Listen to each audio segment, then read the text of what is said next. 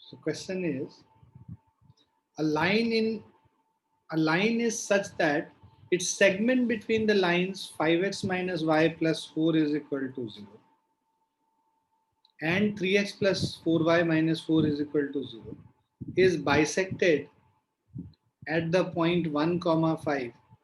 Obtain its equation. Okay, so there are two lines. Let's say first one, तो एक अगर हम लोग इसको अगर हम लोग बनाएं, रफ फिगर अगर बनाएं, just to understand what is being asked. तो देखो कह रहा है line is such that it segment between the lines 5x minus y plus 4 is equal to 0. पहले इस लाइन को प्लॉट कर लेते हैं. y is equal to 5x plus 4, तो मतलब c भी पॉजिटिव है, स्लोप भी पॉजिटिव है, राइट? तो दैट मीन्स कि this is something of this sort. 5x मतलब 5 टाइम्स कुछ इस तरह से. ये हमारा लाइन हो गया y is equal to 5x. So this is 5x minus y plus 4 is equal to 0. दूसरा जो है 4y is equal to minus 3/4, right? Minus 3/4x and plus 4. तो इसको अगर हम लोग स्लोप इंटरसेप्ट फॉर्म में लिखते हैं, 4y is equal to minus 3x plus 4 और y is minus 3/4x plus of 1. तो ये स्लोप देखो नेगेटिव है और जो y इंटरसेप्ट 1 है, तो स्लोप नेगेटिव y इंटरसेप्ट 1 कुछ इस तरह से एक लाइन है. So this is the equation of the line. This is the graph of the line 3x plus 4y minus 4 is equal to 0. once we have got both the lines, कह रहा है a third line is bisected at the point 1 comma 5. segment between the lines 1 comma 5 देखोगे कहीं यहाँ पे है, right? इस point पे 1 comma 5 है और ये कोई लाइन है जो कि इसको दोनों को जो कट कर रहा है, जिन पॉइंट्स पे कट कर रहा है उसका मिड पॉइंट है 1 comma 5. बाइसेक्ट कर रहा है इसको 1 comma 5. ठीक है, तो अब हम लोग क्या करेंगे, इसका कोऑर्डिनेट और ये सारे वैल्यूज हम लोग निकालते हैं. सो लेट्स से जो मिड पॉइंट होगा ये इस लाइन पे लाई कर रहा है, 1 comma 5 से पास कर रहा है और उसके अलावा this line is also passing through this second wala line and the first wala line. So the relations which we get here is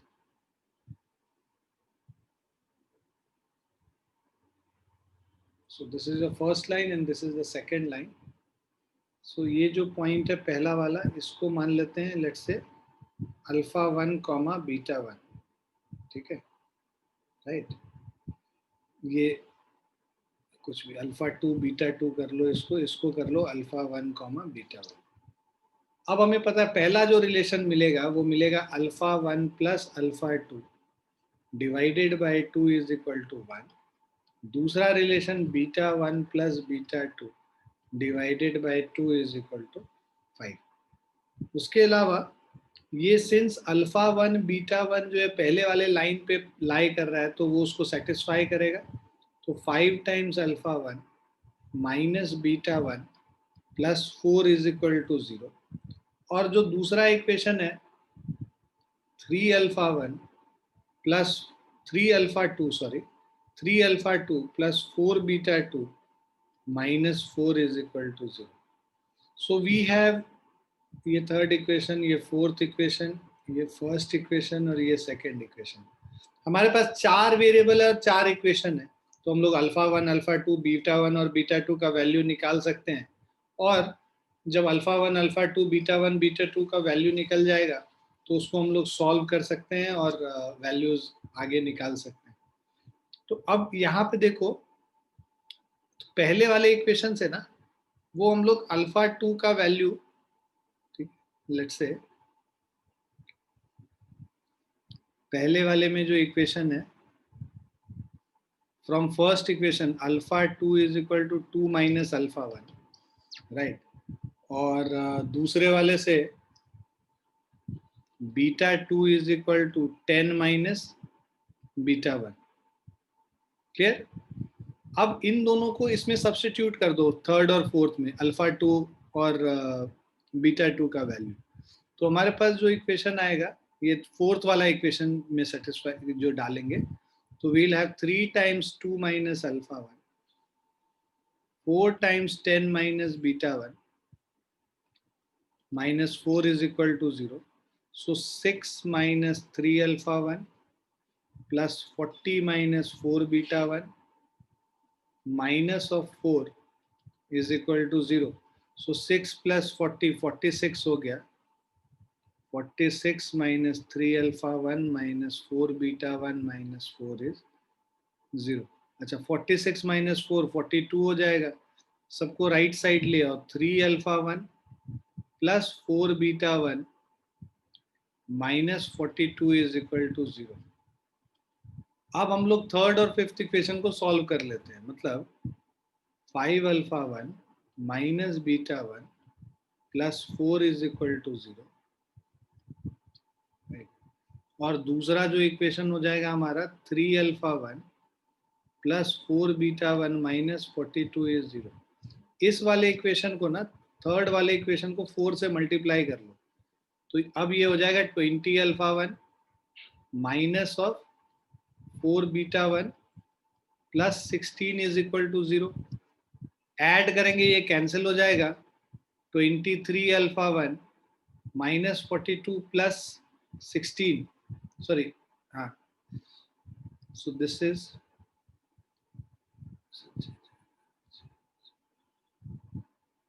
so 23 alpha 1 minus of 26 is 0. So alpha 1 is 26 by 23. Similarly, ठीक है, बहुत लंबा calculation आएगा. इस वाले में अगर हम लोग सब्स्टिट्यूट कर लेते हैं थर्ड वाले में, तो हमारा बीटा 1 क्या हो जा रहा है 5 अल्फा 1 प्लस 4. तो 5 times 26 by 23 plus 4. So this will be 26 into 5 is 130.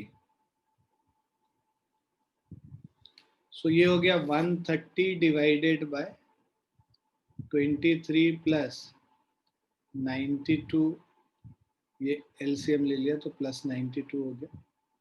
So 130 plus 92, 222 by 23. ये हमारा बीटा 1 हो गया. अल्फा 1 बीटा 1 निकल गया. अब अल्फा 2 बीटा 2 निकाल लो यहाँ से. Alpha 2 is equal to 2 minus alpha 1, मतलब 2 माइनस 26 बाय 23.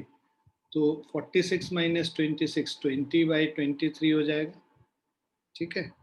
और दूसरा जो अल्फा 2 निकल गया और बीटा 2 निकालेंगे.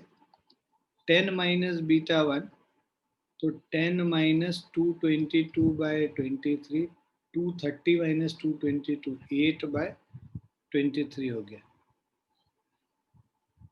ठीक है. 26 बाय 23 सही है. 20 बाय 23, 222 बाय 23. ठीक है जी. अब हम लोग वैल्यूज पुट कर लेते हैं. हम 230 माइनस. अब हमें कह रहा है कि इसका इक्वेशन निकालो. तो देखो हम लोग को अल्फा बीटा 1 निकल गया ना. 1 5 पहले से पता ही था, तो हम लोग इसी से निकाल सकते थे. अल्फा 2 बीटा 2 निकालने की जरूरत भी नहीं थी वैसे. चलो हम निकाल लिए हैं तो इसको सॉल्व कर लेते हैं. ये यहाँ तक लिख लिया सबने? Yes sir. राइट. सो अब हम लोग यूज करेंगे इनको.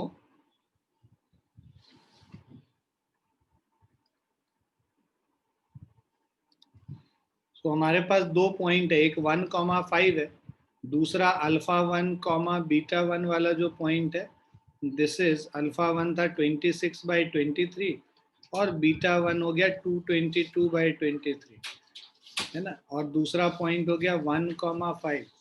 Obtain it equation passing through this y minus y1 मतलब y minus 5, y2 minus y1. So this is 222/23 minus 5 by 26/23 minus 1 into x minus 1. अब ये वैल्यू हम लोग निकालेंगे y minus 5, 222 minus 115,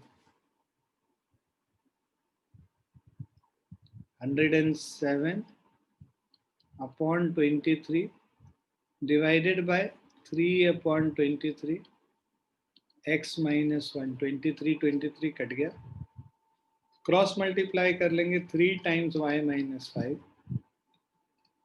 107 times x minus 1. So 3y minus 15 is equal to 107x minus 107. So this will be 107x minus of 3y and 107 and plus 15.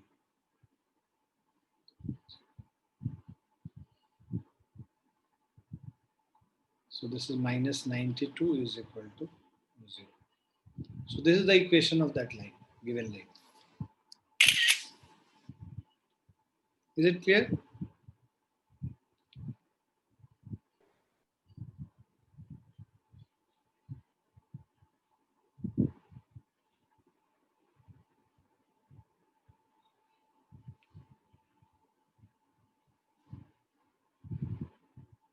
लिखिए बच्चों. Yes, sir. Yes, sir. Next question है, show that the path of a moving point such that its distance from two lines are equal is a straight line. Moving point मतलब क्या होता है? Locus of all the point. जो locus of points satisfying a condition. So जो बच्चे ICSE में हैं उनको पता है लोकस क्या होता है. सो एक पर्टिकुलर कंडीशन को जो पॉइंट्स सेटिस्फाई करती हैं उन collection of all such point is called locus of point. तो जब कह रहा है show that the path of a moving point मतलब उन सारे कलेक्शन पॉइंट को ज्वाइन करोगे तो path of a moving point निकलेगा such that its distance from two lines are equal is a straight line. तो कभी भी लोकस का क्वेश्चन आता है ना तो उसको सॉल्व करते हैं. Let h, k be a point which is equidistant from 3x minus 2y is equal to 5 and 3x plus 2y is equal to 5. तो देखो क्या करते हैं कि इससे कंडीशन लिखेंगे h और k का और बाद में h और k को x और y से रिप्लेस कर देंगे. तो उससे हमें वो पूरा एक मूविंग पॉइंट का पाथ पता चल जाएगा y और x के डिपेंडेंसी के साथ. 3x plus 2y 3x minus 2y is equal to 5 को अगर हम लोग स्टैंडर्ड फॉर्म में लिखते हैं 3x minus 2y minus 5 is equal to 0. इसको लिखेंगे 3x plus 2y minus 5 is equal to 0. Right. अब हमारे पास इस पॉइंट का इक्विडिस्टेंट. देखो एक पॉइंट स्ट्रेट लाइन से जो डिस्टेंस होता है distance of a point from a straight line ये हम लोगों ने देख रखा है कि भाई ax1 मतलब 3h minus 2k minus 5 divided by a square plus b square means 3 square plus minus 2 का whole square is equal to 3h plus 2k minus 5 divided by root under 3 square plus 2 square. ठीक है.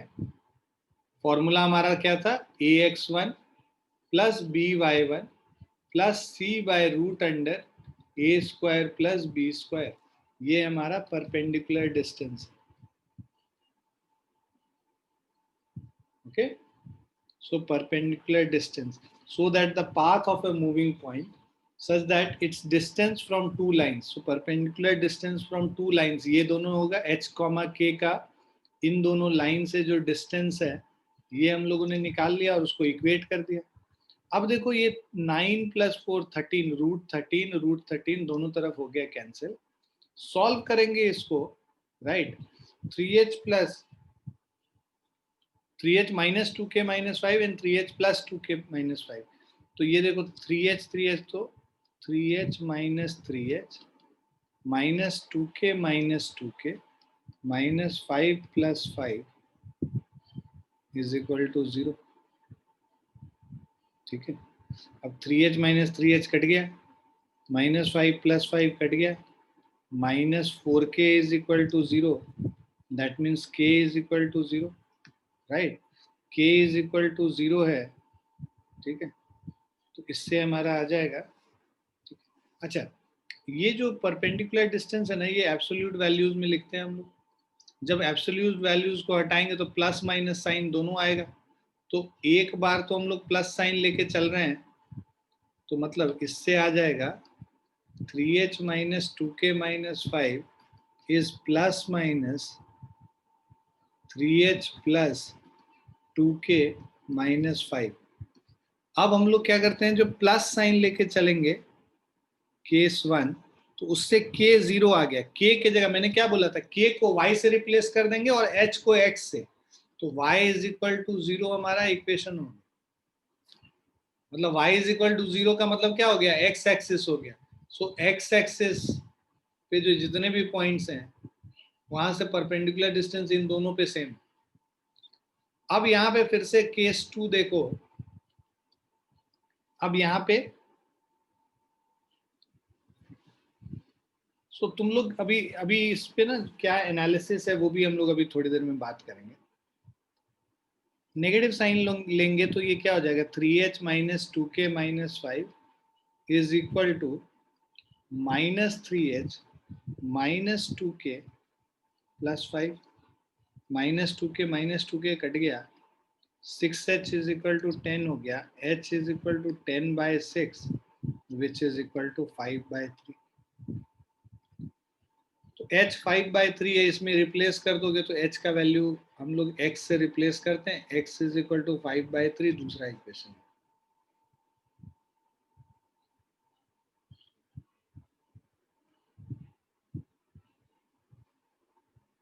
अब इसका concept समझो कि बोल क्या रहा है।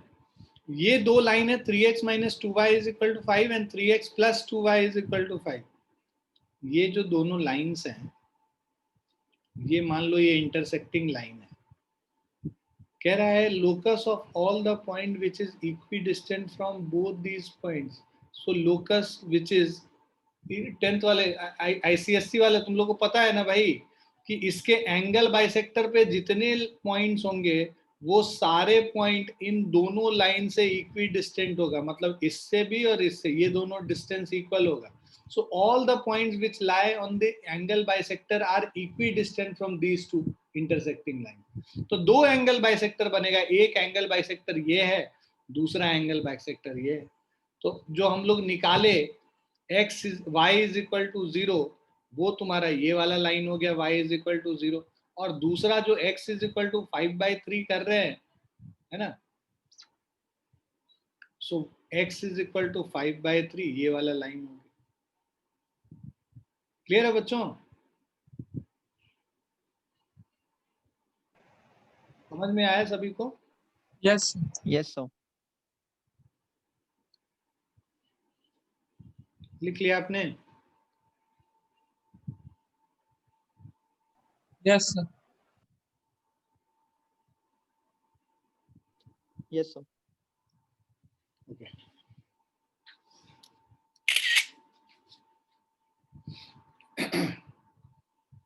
Now let's start the exercise.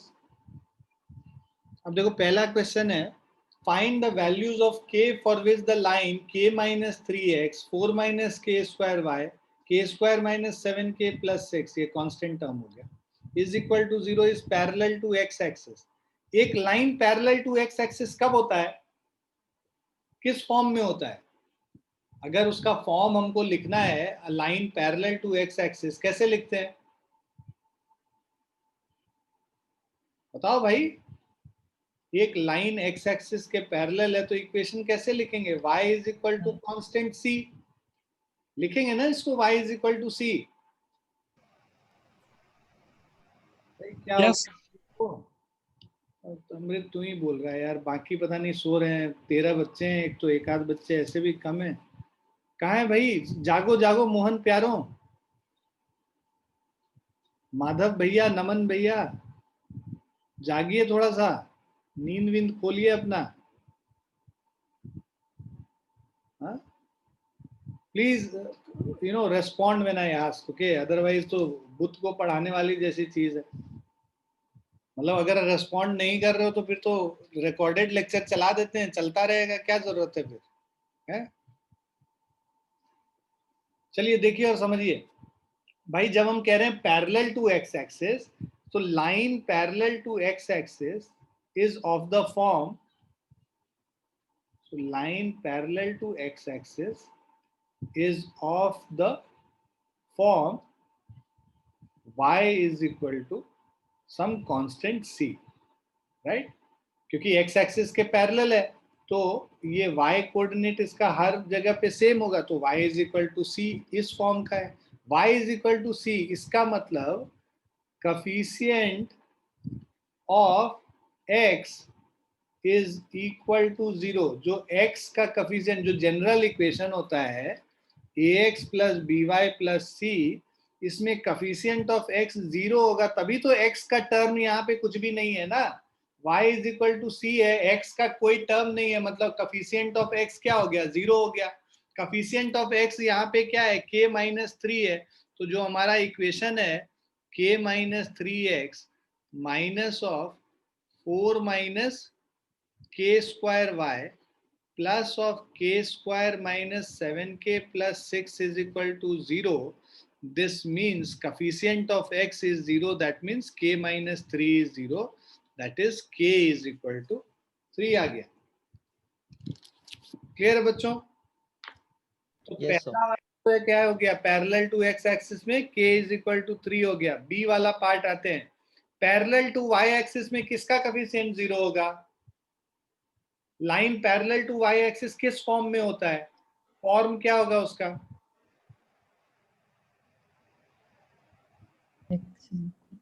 X equals to x T. Equal to some constant, मान लो d ले लेते हैं, है ना? Line parallel to y axis, भैया अगर नहीं रेस्पॉन्ड करोगे ना और ऐसे ही मरे गिरे से जवाब दोगे तो अगली क्लास से ना लेंगे क्लास तुम्हारे कलम सर, और मुझे बख्श दो, मैं अपना खून क्यों जलाऊं? नहीं। Line parallel to y axis is of the form x is equal to some constant k, मतलब k तो ऑलरेडी है, x is equal to some constant d. So this implies coefficient of y becomes 0. भाई coefficient y 0 हो रहा है, इसका मतलब क्या हो गया? यहाँ पे 4 माइनस के स्क्वायर, 4 माइनस के स्क्वायर इज 0। इसका मतलब के स्क्वायर इज इक्वल टू 4 और k is equal to plus minus 2 हो गया। ठीक है? अब कह रहा है पासिंग थ्रू द ओरिजिन, कोई भी लाइन जो ओरिजिन से पास करता है उसमें अगर उसको फॉर्म लिखते हो y is equal to M x plus c, तो ओरिजिन से पास कर रहा है मतलब c क्या हो गया? 0 हो गया, मतलब y is equal to M x का फॉर्म हो गया। तो जो भी लाइन ओरिजिन से पास कर रहा है उसका जो कांस्टेंट टर्म है वो 0 होता है, c इज इक्वल टू 0 होता है। There is no constant term involve there.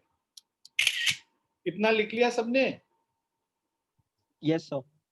Yes, sir. Yes, sir. सो अब हमारे पास कह रहा है passing through origin, so a line passing through origin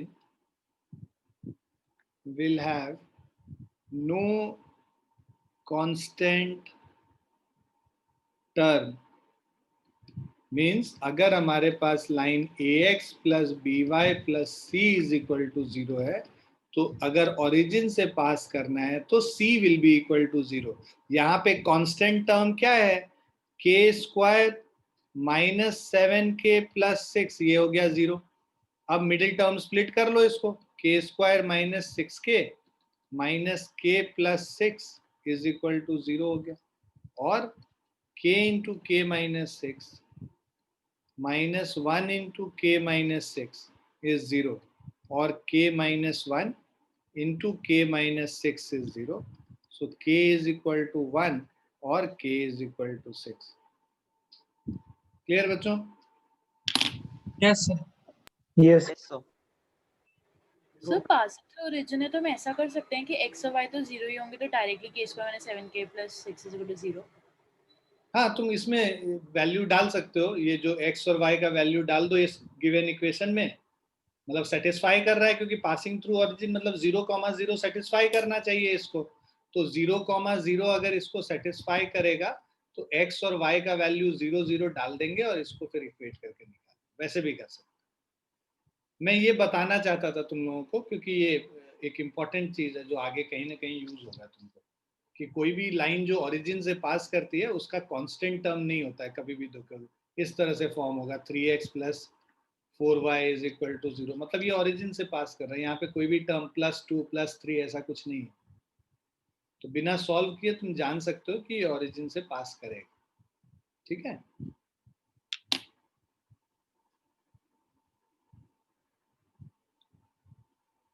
लिख लिया बच्चों? Yes sir. यस हाँ सर। सर। दूसरा question, find the value of theta and P if equation x cos theta plus y sin theta is equal to p is the normal form of the line this. तो भाई हम लोगों ने देखा था जब भी हमारे पास ax plus B Y plus C is equal to 0 आता है, रूट अंडर ए स्क्वायर प्लस बी स्क्वायर से पूरे इक्वेशन को डिवाइड कर देते हैं। a क्या है, √3, और b क्या है, 1 है यहाँ पे। So dividing by root under √3 square plus 1 square, √3 square क्या हो गया, 3 plus 1 √4 which is equal to 2 हो जाएगा। √4 से अगर हम लोग डिवाइड कर देते हैं, मतलब 2 से डिवाइड कर देंगे, तो ये हमारा हो जाएगा √3/2x plus 1/2y plus 1 is equal to 0। ठीक है, अब ये क्या कह रहा है, देखो इसको तो हम लोग नेगेटिव रख नहीं सकते हैं, मतलब इन सबको उधर लेके चले जाओ, ये हो जाएगा √3/2 minus √3/2x minus 1/2y is equal to 1। समझ में आया क्या मैंने बोला भाई? p जो लेंथ ऑफ नॉर्मल है, ये क्या नेगेटिव हो सकता है? लेंथ कभी नेगेटिव होता है क्या? नहीं होता है, लेंथ नेगेटिव नहीं होता है। मतलब हम लोग इसको राइट, इसको नेगेटिव कर लेंगे जो कफिशिएंट्स है। तो अब हमारे पास जो यहाँ पे x cos थीटा और y sin थीटा है, तो इसको तुम निकालोगे तो cos थीटा इज माइनस √3/2 और sin theta is also minus of 1/2। भाई दोनों नेगेटिव है, cos और sin दोनों नेगेटिव। कहाँ पे होता है? थर्ड क्वाड्रेंट में, राइट? होता है ना थर्ड क्वाड्रेंट में बालकों। Principal yes sir. सॉल्यूशन जो हम लोग निकालते हैं ट्रिग्नोमेट्रिक इक्वेशन वाला, वो अब दिमाग लगाओ तुम यहाँ पे। cos थीटा √3/2, cos थीटा √3/2 कब होता है? 30 डिग्री पे, मतलब π/3 पे, राइट? सो बेसिकली, एक मिनट, x cos थीटा है ना, y sin थीटा।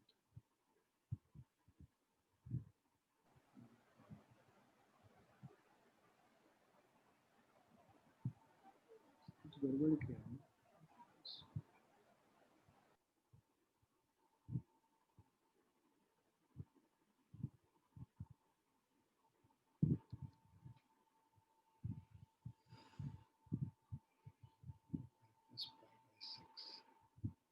हाँ, हाँ ठीक ठीक ठीक ठीक। सो ये हमारा क्या हो गया, कॉस माइनस √3/2 है, और हमें पता है कि √3/2 π/6 पे होता है। थर्ड क्वाड्रेंट होगा, मतलब पाई प्लस π/6 ले लेंगे हम। पाई प्लस π/6 कितना हो गया, 7 π/6 हो गया हमारा वैल्यू। अरे समझ में, तो ये हमारा 7 π/6 हो गया इसका वैल्यू थीटा का। और उसके अलावा जो p का वैल्यू है ये 1 है, यहाँ पे हम लोग ने निकाल रखा।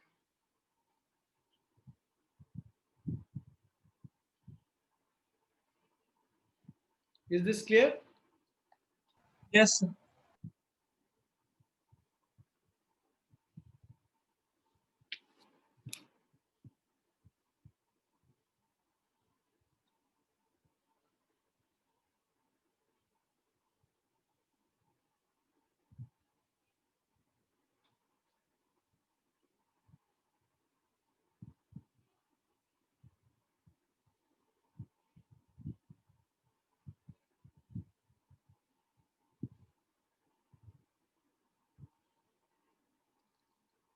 लिख लिया बच्चों? Yes. Yes, sir. Yes, sir. चलिए नेक्स्ट पे चलते हैं। Find the equation of the line which cut off intercepts on the axis whose sum are and products are 1 and -6. तो sum मतलब a plus b is 1 and ab is equal to -6, right? Equation of line which cuts off intercepts on the axis, ठीक है। x axis पे intercept मान लो a है, और y intercept पे y axis पे इंटरसेप्ट b है ना। अब ये कह रहा है a प्लस बी 1 होगा और ए बी -6 होगा। प्रोडक्ट नेगेटिव कब होता है, जब दोनों में से एक नेगेटिव है, और जब सम पॉजिटिव है, मतलब बड़ा वाला नंबर क्या होगा, पॉजिटिव होगा, और छोटा वाला नेगेटिव होगा, राइट। तुम इसको ऐसे भी निकाल सकते हो, मतलब तुम गैस भी कर सकते हो, 3 और -2 करके कर लेंगे तो आ जाएगा, बट इसको सॉल्व भी कर सकते हैं। a प्लस बी पता है, a माइनस बी का whole square is equal to a square plus b square minus 2ab, which is equal to a minus a plus b का होल स्क्वायर minus 4ab लिख सकते हैं इसको। a plus b 1 है, 1 square minus 4 into -6, तो 24 plus 1 25 हो गया, right. तो a minus b का होल स्क्वायर 25 है, मतलब a minus b 5 हो गया। तो भाई a माइनस बी 5 हो गया और a प्लस बी 1 हो गया। ऐड कर देंगे तो a is equal to 2a is equal to 6, a का वैल्यू 3 हो गया, a का वैल्यू 3 हो गया, b का वैल्यू -2 हो गया, ठीक है। तो a और b का हम लोग को वैल्यू पता चल गया, 3 और -2, मतलब ऑपोजिट भी हो सकता है, right. So there can be two possibilities basically. A minus b का होल स्क्वायर 25 जो लिखे हैं, a minus b प्लस 5 भी हो सकता है, और दूसरा a minus b -5 भी हो सकता है, राइट। a minus b अगर -5 होगा तो यहाँ पे, और a plus b है हमारा 1, इसको सॉल्व करोगे तो 2a -4 आ जाएगा, और a इज इक्वल टू -2 हो गया, a -2 हो गया। b का जो वैल्यू हम लोग रखेंगे इस वाले में, अगर b का वैल्यू सॉल्व करोगे तो 3 हो जाएगा। तो 3 -2 या -2 3, तो हमारे पास जो इक्वेशन मिलेगा, पहला मिलेगा x बाय a मतलब x/3 plus y/b y/-2 is equal to 1, right. So ये हमारा हो गया 2x minus 3y is equal to 2x minus 3y is equal to 6 हो गया। ये एक इक्वेशन हो गया। और दूसरा इक्वेशन हम लोग को मिलेगा x/a मतलब x/-2 plus y/3 is equal to 1। इससे हमें मिलेगा 3x minus 3x plus 2y is equal to 6। तो हमारे पास दो इक्वेशन है, पहला 2x minus 3y is equal to 6 minus 3x plus 2y is equal to 6, ठीक। These are the two equations. Clear बच्चों? Yes, sir. हाँ sir. Yes, sir.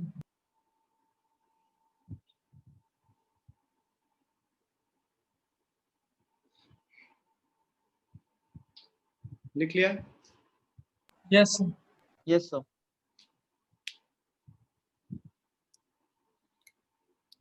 Next question पे चलते हैं. चौथा क्वेश्चन क्या कह रहा है? What are the points on the Y axis whose distance from the line this is 4 units. तो points on the Y axis कह रहा है whose distance x/3 plus y/4 कह रहा है. इंटरसेप्ट फॉर्म बना हुआ है तो x/3, x इंटरसेप्ट 3 हो जाएगा, y इंटरसेप्ट 4 हो जाएगा. x/3 plus y/4 is 1. Points on the y-axis whose distance from the line this is 4 units. मतलब कि हम लोग को यहाँ से पॉइंट ढूंढना है y-axis पे जो कि इससे distance 4 units. p is equal to 4 units. तो भाई हम लोग के पास ना जो मान लो ये पॉइंट h, k मतलब distance point on the Y axis तो मान लो 0, k हो गया एक पॉइंट. तो जो 0, k होगा उससे अगर हम लोग इसका परपेंडिकुलर डिस्टेंस निकालें इस लाइन का तो हमारे पास जो इक्वेशन तो दो ऐसा पॉइंट आएगा. देखो एक पॉइंट यहाँ पे आ जाएगा और दूसरा पॉइंट यहाँ पे आ जाएगा. दोनों का डिस्टेंस यहाँ से 4 होना चाहिए. समझ रहे हो ना बच्चों? Perpendicular distance. तो अब हम लोग के पास इसको इक्वेशन को सही फॉर्मेट में लिख लेते हैं जनरल फॉर्म में. 4x plus 3y minus 12 is equal to 0. ये मेरा जनरल इक्वेशन है. अब हमें पता है distance of a point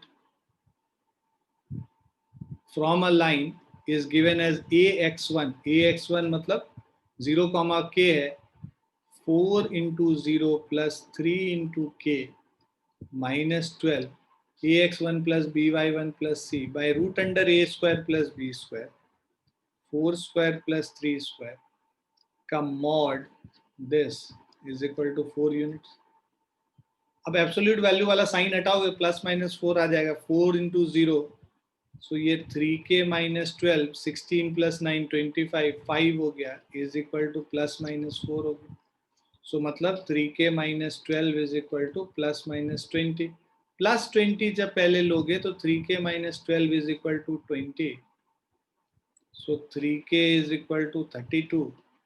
k is equal to 32 by 3 हो गया.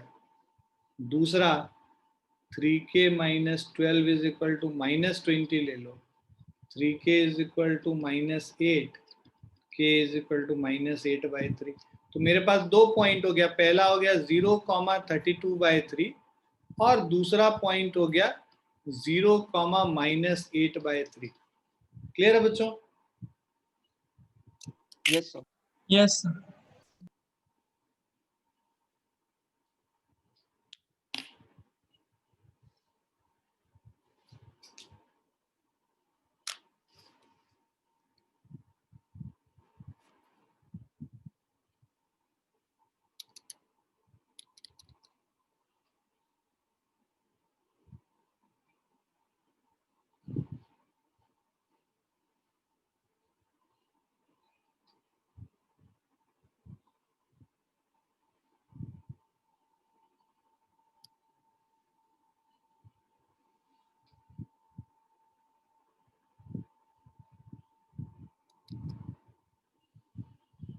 लिख लिया बच्चों?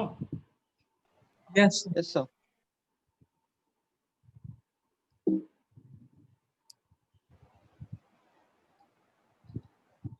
भाई ये ट्रिग्नोमेट्री का क्वेश्चन है. इतना लंबा चौड़ा है इसमें कैलकुलेशन है. चलो. Find the perpendicular distance from the origin of the line joining the point cos theta sin theta and cos phi sin phi. मतलब 2 पॉइंट फॉर्म में इक्वेशन ऑफ लाइन पहले लिख लेते हैं है ना. और perpendicular distance from the origin उसके बाद उस पर निकाल लेंगे. सो इक्वेशन ऑफ लाइन अगर पहले हम लिखते हैं तो ये आ जाएगा y minus sine theta is equal to sin phi minus sin theta divided by cos phi minus cos theta, sorry, sin phi minus sin theta divided by cos phi minus cos theta into x minus cos theta. ठीक, इसको थोड़ा सा arrange कर लेते हैं, तो ये जो हमारा इक्वेशन होगा y minus sine theta into cos phi minus cos theta is equal to x minus cos theta sin phi minus sin theta. ठीक है, अब क्या करो, मल्टीप्लाई कर लो, तो हमारा हो जाएगा y cos phi minus cos theta minus of sin theta into cos phi minus cos theta is equal to x sin phi minus sin theta. ठीक है, minus of sin theta into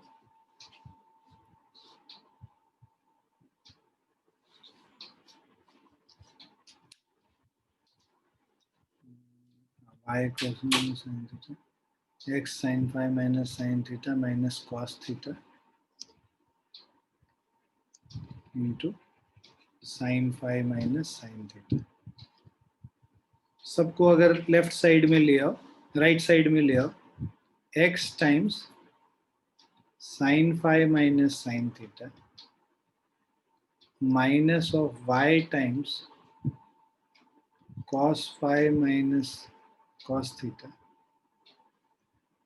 ठीक है, plus of sin theta into cos phi minus cos theta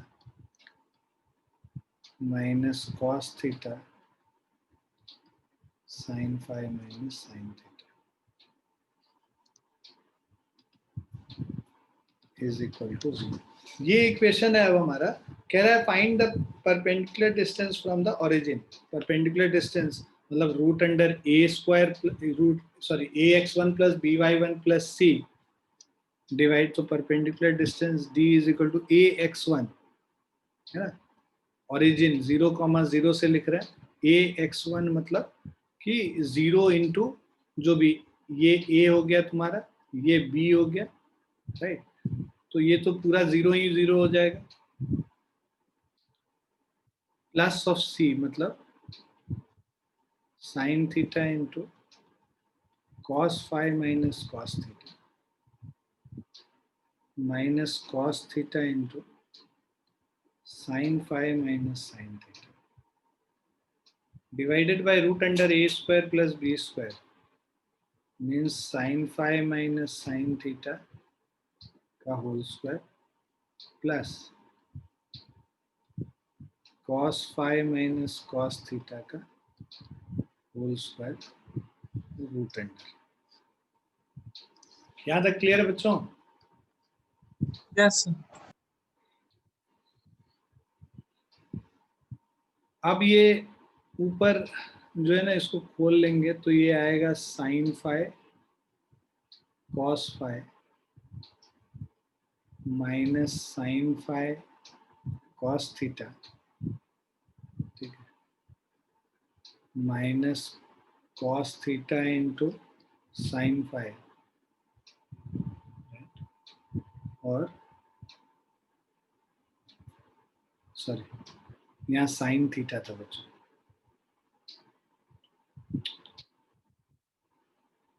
sin theta cos phi minus of sin theta cos theta sin phi plus of cos theta sin theta divided by root under a square plus b square, इन दोनों को खोल लो तो हमारा आएगा भाई sin square phi plus sin square theta minus 2 sin phi into sin theta और नीचे यहाँ पे cos square phi plus of cos square theta minus 2 cos phi into cos theta. ठीक है, अब देखो यहाँ पे sine theta cos theta sine theta cos theta cut गया, बचा क्या, sine A cos B cos A sine B. Sine A cos B minus cos A sine B क्या होता है, साइन ए माइनस बी होता है। तो हम लोग लिख लेते हैं साइन फाई माइनस थीटा या थीटा माइनस फाई, जो भी कर लो। ठीक है, तो sine phi minus theta, depending की कौन बड़ा है, डिवाइडेड बाय, देखो sine square phi plus cos square phi 1 हो गया, sine square theta plus cos square theta 1 हो गया, 2 प्लस 2 मतलब 1 प्लस 1 2 हो गया, 2 माइनस ऑफ 2 टाइम्स कॉमन ले लो, sign A sine B plus cos A sine cos A cos, so cos A cos B plus sign A sine B क्या होता है, cos A minus B होता है ना बालकों। तो इसको लिख सकते हैं cos of phi minus theta, लिख सकते हैं नहीं लिख सकते। अब ये हम लोग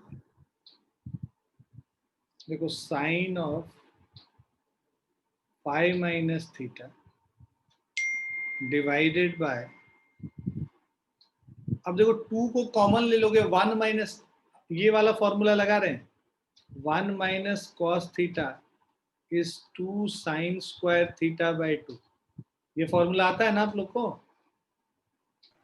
Yes, sir. तो वही चीज लगा रहे हैं, 2 कॉमन ले लेंगे, 1 minus cos phi minus theta is 2 sine square phi minus theta by 2 हो जाएगा, और 2 2 4 हो गया, बाहर निकालेंगे उसको तो 2 sine phi minus theta upon 2 हो जाएगा। क्लियर है बच्चों, क्लियर है बच्चों, Yes, sir. Yes, sir. यही आंसर इसका, ये परपेंडिकुलर डिस्टेंस। कोऑर्डिनेट ज्योमेट्री कम था, ट्रिग्नोमेट्री ज्यादा था।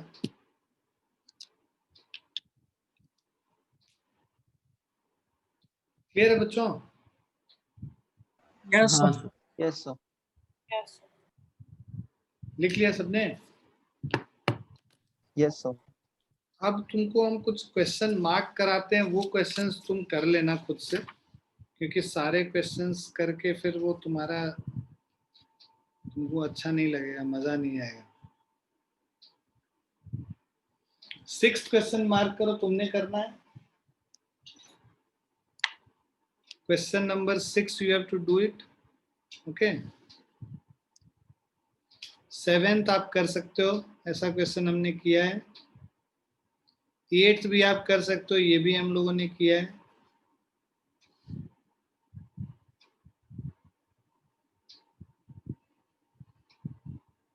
9th भी आप कर सकते हो।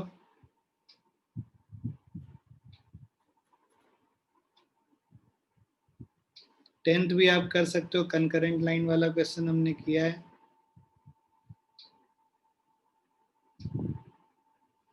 11th भी आप कर सकते हो।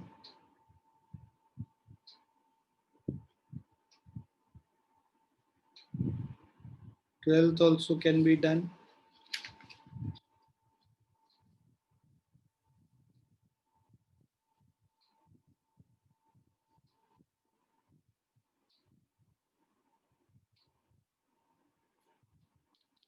फोर्टींथ कर लीजिएगा, 13th छोड़ दीजिएगा, 13th मैं करूंगा।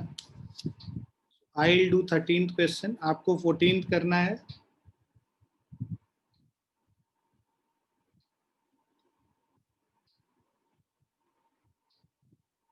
फिफ्टींथ करना है, ये भी हमने किया है।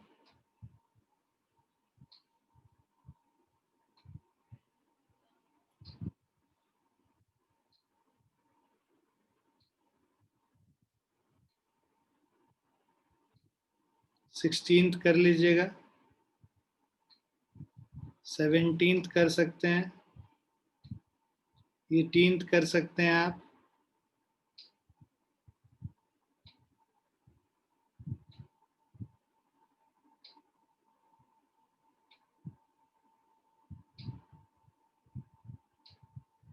आप इतना ही कीजिए, 1 2 3 4 5 हो गया, और 6 7 8 9 10 11 12, ये 12 क्वेश्चन आपको करने जो मैंने बताया। 6 से लेके 18 तक करना है, 13th को छोड़ के। समझ में आ गया सबको? Yes, sir. Yes, sir. Question 6 to 18 except 13th, ये आपका होमवर्क है। ओके, बाकी क्वेश्चन हम लोग अगली क्लास में करके चैप्टर खत्म कर लेंगे। Is it clear? Yes, sir. Yes, sir. Yes, sir. चलिए, बाय एंड टेक केयर फिर एवरीवन। Thank you, sir.